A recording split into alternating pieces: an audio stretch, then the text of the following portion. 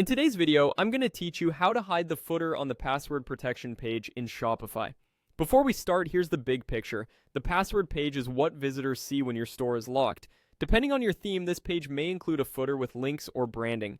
To control or hide that footer, you first need the password page turned on so you can preview it and adjust how it looks. Let's get you there step by step. Open your browser and go to Shopify, then sign into your store's admin. Once you're in the dashboard, look to the left sidebar. Find the Sales Channels section and click Online Store.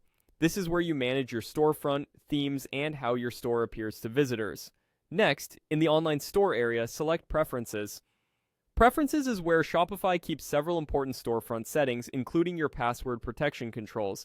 It's the right place to activate the password page and confirm what your visitors will see before they can enter the store. In the Preferences page, scroll to the Password Protection section and turn on Password Protection. This immediately enables the password page.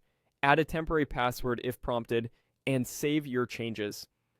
Don't worry, this password can be simple for testing now and changed later for security. After saving, your storefront will show the password page to anyone who visits. With that enabled, preview your storefront in a new tab to confirm you're seeing the password screen. This is where you can check whether a footer appears. Some themes include a footer by default on this page, while others hide it automatically. If you still see a footer, the next step in your workflow is typically to adjust your theme settings or template. Many themes offer a toggle or section visibility control for the password page. If your theme doesn't, you may need a small styling change or to hide the footer section within the password page template. Since every theme organizes sections differently, consult your theme's documentation or support for the exact location of those controls. A couple of best practices will help you work safely and efficiently.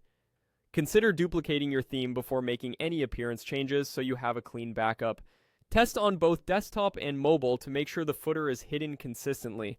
If you use apps that inject content into the footer, check whether they offer an option to disable their output on the password page. That's it. You've enabled the password page and set yourself up to manage or hide its footer confidently. Save your changes, preview, and you're good to go.